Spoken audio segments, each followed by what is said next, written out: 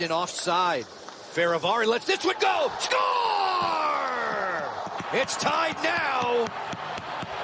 Now, we've talked a lot about Faravari through the start of this season, and here he delivers on the road. Here's a look at it. Hagelin to the point. D to D. Faravari shoots the puck, and it's going to be Pilon's first goal in the National Hockey League. Hello, everyone. Welcome back to an episode of Just Say Guay. I'm your host, George Guay. Today I'm joined by Garrett Pilon of the Washington Capitals and the Hersey Bears. Garrett, thanks for coming on the show. It's really awesome to be hosting a player of one of my favorite teams. Yeah, no, thank you for having me. I'm looking forward to it. Yeah, so how's this year been for you, man? Hockey's back to normal for you. There's fans in the stands. You score your first NHL goal, and you're playing great hockey with the Bears as well. How's that been? It's been really good. There's been a sort of normalcy back to it. The past couple of years have been pretty crazy, just with COVID and the bubble and the shortened season and everything. It's kind of didn't really feel like normal hockey season. So it's nice to have fans back in the building, kind of a regular schedule, actually getting to travel and play some different teams, which is kind of new. Feels weird because I think it was last year playing like the same three teams however many times when we had our little shortened season there, and now you're playing like Cleveland again and stuff. It's kind of weird, a bit of a trip. Yeah, for sure. I'm excited that there's fans back in the stands, especially at full capacity. I was at the 8-1 game when the Capitals beat down the Bruins, and it was just weird because there's only about 1,200 fans in the stands. So being at full capacity is awesome. So let's backtrack a bit before we talk about what's happening now. You're from Saskatchewan in Canada. Could you just talk about what the hockey culture was like growing up? Maybe some players you looked up to, and maybe teams you rooted for. Yeah, Canada is big hockey country, and Sask, I think is a big hockey culture as well. I think it's one of the most produced, most NHLers. I think I'm not sure if that's still the same, still the stat of it, but it's freezing cold there, so there's a lot of outdoor rinks. So a lot of my childhood was spent out on the ODR with friends and stuff, and in the freezing cold winters. But we don't have like an NHL team or anything like that. Where I'm from, Saskatoon, they have a junior team, the Blades, that I would go to a lot when I was younger. But as far as NHL teams go, when I was especially younger, I was a big fan of the Flames and stuff, and would try to get out to any of those, because a lot of those Canadian teams would do exhibition games and stuff in Saskatoon. So I think whoever kind of came in was kind of the team you'd gravitate towards. And I think, growing up around there, it was either your Flame. I mean, realistically, it was any Canadian team was kind of who you're following. But for me, it was the Flames, kind of that Joe McGinley era was kind of the hockey that I like to watch. Yeah, for sure. Definitely a great team to root for. And even though they don't have a Gimlin anymore, it's definitely a team that's playing really well and has a lot of great young pieces. I'm always interested in learning about different parts of Canada in terms of the hockey culture. My whole dad's side of the family, they're from Quebec City, and I have a lot of family in Montreal, so I kind of get it how important it is there. So, always happy to learn about different places. So what was it like in 2016? You get drafted by the Capitals. You get picked by a team that was on the verge of winning a Stanley Cup, and even, won the Cup 2 years later. Could you just share what that was like? Yeah, it was really exciting. For me, I played my first year of junior, my draft year. So I didn't play at 16, and it's 16 to 20 is the WHL. And I came in as a 17-year-old. And I think when you come in as a 17-year-old rookie, you're not really on anyone's draft radar in a certain way. And I had a pretty good season in Kamloops there, and I was kind of got in some scouting rankings and stuff, and wasn't really sure where I was going to go, and was just hoping to kind of get drafted. And then Capitals ended up picking me in the third round, which was kind of a shocker to me because I didn't see myself going anywhere ahead of the fifth in some sort of way. But it was really exciting for me and my family. I think it was, as a junior hockey player, it's not like college where you kind of have a later window in a certain way, and you can become a free agent, you can explore teams. If you don't really get drafted or signed in that junior kind of length, it's kind of hard to really make it as a pro. And I think getting drafted that first year was a big step for me, and then obviously you kind of go from there where you want to get signed, and then you kind of can continue your pro career. But for me, it was really exciting. I mean, especially the Capitals, because I grew up being a fan of Ovechkin and Backstrom and all those guys, just because they're such good players. I think that's one thing for me too. When I was a fan of the NHL, I didn't really have a team that I was really stuck on. It was more or less I just liked watching players like Ovi, even Patty Kane, Jonathan Taves, big fan of the Blackhawks back then too. And, I think being drafted to a team that kind of had my idols in a certain way on them was pretty cool. Yeah, it's got to make it more special knowing that you played with them as well. So before being called up to the Capitals for the first time, you spent some time in the AHL and WHL. You put with the Kamloops Blazers, a team I've actually started to follow a bit because I've hosted 2 players from there in the past, and the Hersey Bears. So could you just talk about what are the differences between playing in those leagues? Yeah, I mean, Kamloops was a great spot. I'm glad that I got to go out west there too, being from Saskatchewan. I mean, it's always nice to stay home, but at the same time, I think in junior when you kind of leave home and you're a little bit farther away, I think it helps kind of grow up a bit too, and it kind of almost helps you prepare a little bit more for pro hockey in a certain way where you're living on your own and stuff. But Kamloops was a great spot. I had a great coaching staff there with it was Don Hay for the majority part and Mike Needham and all these great guys. I mean, Don Hay, I think he was like, I don't know if he's first of all time, but he's really up there, I think, for like the most wins or something in WHL coaching history. But it was good to have him there, and I think I think they really helped me kind of grow as a player and prepare almost in a certain way for pro hockey as well, because they hadn't had that sort of mindset. And I'm really fortunate that I got to be there. And then I got traded to Everett as well, my last season in junior, and I got to play actually with a teammate, Riley Sutter. I don't know if he's in the system here as well. And I think just junior hockey in general, I think it's a good, I don't know, stepping stone in a way for pro hockey, but at the same time, it's pretty different. Like, I think you go from playing against when you're 19, especially, you go from playing against 16, 17-year-olds who maybe aren't as developed as, full grown men in the AHL. I think that was the biggest difference coming in as a rookie, was that like guys were a lot stronger. And I think as a forward, you go into corners with D-man who are 6'3" and they're, I don't know, 28 years old, and being able to control you a lot better than a younger guy could. So I think that was the biggest difference between those 2 leagues, but it's definitely a step up. That's for sure. Yeah, for sure, especially since the size and the speed has got to be a difference. And yeah, I noticed that too with the WHL. One of the top players there right now is Connor Bedard, and I think he's only about 17 years old. Absolutely crazy type of talent they produce in that league also. But May 8th, 2021, you get the call that it is time for your NHL debut. Could you just run me through what that day was like and how special that moment was for you? Yeah, it was really special. I mean, it was right during the whole COVID season, so it was it would have been nice to have my family down there, but they couldn't come down just because of the borders and everything. But yeah, I think that day I was on the taxi squad for about 2 months there, and was just doing my workouts and my practice skates kind of thing. And it was near the end of the season, and I knew they were kind of resting some guys for playoffs and all that. And I think Backstrom was kind of questionable, and I ended up. Well, it's kind of funny actually. We weren't working out at all for a little bit because guys were getting some games in, and the strength coach didn't want anyone working out and then having to play kind of thing. But it was like 2 weeks of that, and then we're like, okay, we're finally going to do a workout. So I got to the rink, did my full-on leg workout with chains and bench and everything, and then after it was done, I found out I was playing. So I had to go pregame skate after I did this workout, and then I had to, pregame skate. Game was at 7. I kind of finished around 12, and then all of a sudden I'm calling my family, letting everyone know, and then trying to get a pregame nap in, and it was just adrenaline was rushing. I don't think I slept a minute, but it was really special to get that game in. And even with not even a packed barn, it was still really nice to get that solo lap and throw on the Capitals jersey for real in a certain way. And yeah, it was really exciting. It was a big achievement, I think, for myself.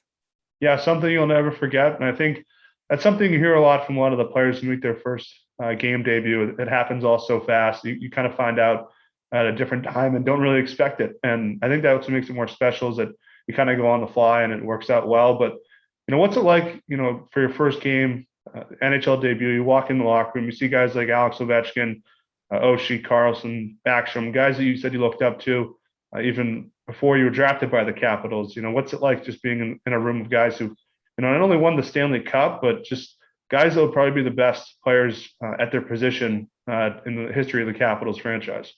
Yeah, I think honestly for me, like, I don't know, like, it's pretty surreal. I don't think you really take it all in a certain way. Like, you're so scrambly and you want to play hockey and trying to follow your routine. I don't think you really like have that big of a moment to pause and like realize who you're playing with and stuff. And I think that's one thing that I'm a little bit more fortunate now for, even when I get called up. Like, you're playing with some guys that are going to be in the history books in a certain aspect, and that's a pretty cool thing to be a part of. And I mean, to me, obviously, like, I'm not close with those guys, but also they are your teammates, and it's kind of cool that you are, lacing them up with those guys. And I think, I think looking back at it, it's really special, to be a part of that. And obviously, them to be a part of my first game too, it's a cool thing to kind of have. And yeah, it's a cool thing to be, I guess, like have those guys in the dressing room and almost have them as your teammates, because it's weird like having that, like the separation, because at the same time, like as a young hockey player, like I was a fan too, like all this stuff. Now you're playing with them, and you have to really take care of business in a certain aspect and not let that kind of creep in too much. Yeah. So one thing I want to ask about Alex Ovechkin, he's my favorite athlete, probably been my favorite hockey player for as long as I can remember. Is there something, off the ice that people don't see about him that's different? Obviously we see him as the goal scorer and such a physical presence on the forecheck. And, is there something that you notice that, people see kind of away from the game? Yeah. I mean, obviously, like I haven't been up there enough to really like know exactly what he's like. And I'm not speaking Russian and really like hanging out with them. But at the same time, I don't know. I think they're all really good with us. That's one thing when you get called up. I mean, they're a bit of an older group up there, and I think they've kind of have obviously some experience with guys getting called up and stuff. And I think they're great with the young guys. Like they really help out. And maybe that's partially why some of us young guys were having success when we came up there for those short stints. You can see a lot of us, getting some first goals this year and all that, which is pretty cool. And I think, the veteran group there does a really good job of, helping integrate us into, the lineup and the system and making us feel comfortable. Because for a young player to get called up, it's quite a shock in a certain way. And I think sometimes your nerves can get the best of you.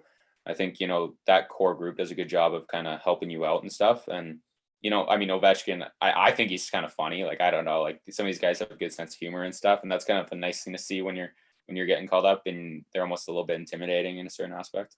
Yeah, we can see the sense of humor. We saw that commercial with him and Backstrom. I know that's probably been played in DC about 1,000 times by now. But, I think it's awesome to see how the veteran group was happy for you in terms of your first NHL goal. That happened a few weeks ago in Anaheim. Everyone was excited for you. But what was that like for just experiencing that moment? Yeah, it's really cool. I mean, I was talking to some people after too, because everything happens so fast when you get called up. Like everything is kind of new and coming at you pretty hot. And I think, being able to get that first goal is pretty exciting. Obviously, it's another big achievement, I think, for a lot of guys playing in NHL, and it's something that's going to stick with me for my life. And I think, doing it at that time too, it's always nice to score a goal that helps tie up a game. And I think that was a really exciting moment for me. And they're all great too. That group has had so many guys, score their first goals. And I think it's an exciting thing for Washington too, to have such a bunch of young guys who, I mean, a predominantly team who's known as being more of a veteran kind of core, and they still are, and they will be. But, having young guys coming up and scoring their first goals I'm guessing it's pretty exciting for the veterans as well to kind of see that happening, because it doesn't happen too often. Yeah, for sure. Obviously the first goal is special, and anything that can help the team win, I'm sure they'll be very excited about. So you talk about the young guys, obviously when everyone talks about the Washington Capitals, it's Ovechkin, Backstrom, Oshie, Carlson, a lot of guys who've been around and, obviously won the Stanley Cup. But could you just talk about how, special this young core group is that is, going to go into the future? Guys like yourself, McMichael, Hendricks Lapierre, Brian Pino, Sprong. You guys got two great goalies as well, under 25, and Samsonov and Vanacek. What should Capitals fans be excited about? Yeah, I mean, there's a lot of young talent, especially there with some of the young guys that you listed off. I think Mikey's doing a great job right now being up. And I think another guy, Protas, has been doing really well. And, that's exciting to see. And I think it adds a good amount of competition with the young guys too, which helps us, be better as well in the lineup. And that veteran core is still going to be there, obviously, because they're still got a lot in them, I think. And you're seeing that with Ovi this year where he's, I don't know, he's at like 36 points. No, is he at 36? I think he's at 36. I know I think 1 point ahead of that, which is just crazy. Yeah. I mean, you think about it, and obviously, people have their doubts with how long the team will be able to keep this up, but they're doing it. And I think that's one thing that's pretty cool. But at the same time, it's good to see the young guys, coming in and doing stuff. And I think there's a lot of young talent in the system, and I'm not sure if it's been overlooked in a certain aspect, but at the same time, I think, there's some really skilled young guys that are kind of chomping at the bit down in here in Hershey. And I think, the transition is always going to be hard whenever that potentially is. But I think there's a lot of us down here that are definitely ready to hopefully answer that bell. Yeah, for sure. I'm very excited about it. I think, like you said, I think he's 1 point ahead of McDavid, which is just insane considering how old Ovechkin is. But yeah, I think I saw something too where it was a lot of like 5-on-5 too as well, which is kind of crazy as well, because you're kind of known he's known for his power play, but at the same time, he's still producing, at that 5-on-5.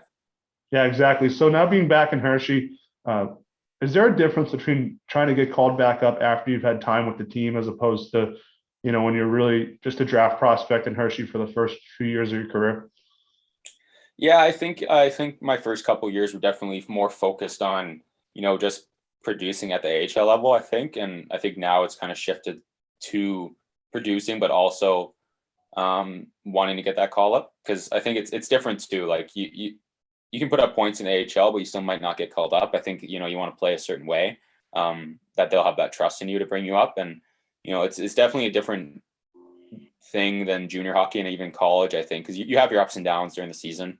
But I think around this sort of, at least for me, and this my point of my career, you're kind of balancing the highs and lows, because realistically, there's so much movement right now between Washington and Hershey, and you see plenty of guys getting called up, and obviously you want that to be you, but you're also happy for guys that get called up. So it's kind of a balance of staying positive down here, but also not being too comfortable as well, because you're always wanting to get that call. And I think that's one thing, is staying motivated, and also not getting too down on yourself when you come to the rink and some other guy got the call up and you didn't. It can be disappointing at times, but at the same time, you got to stay positive. So that's kind of a balance, I think, right now for myself being in Hershey, and kind of that gray area of AHL and HL. I think that's a great way to handle it. So my last question is, you've been in the system with the Capitals for a long time, had a lot of experience playing games with them, also a lot of preseason games as well. You've been around a lot of different teams, one that won the Stanley Cup. This team's off to a great start right now. I think they're first in the NHL right now in points. What's special about this group of guys in this organization as opposed to past years?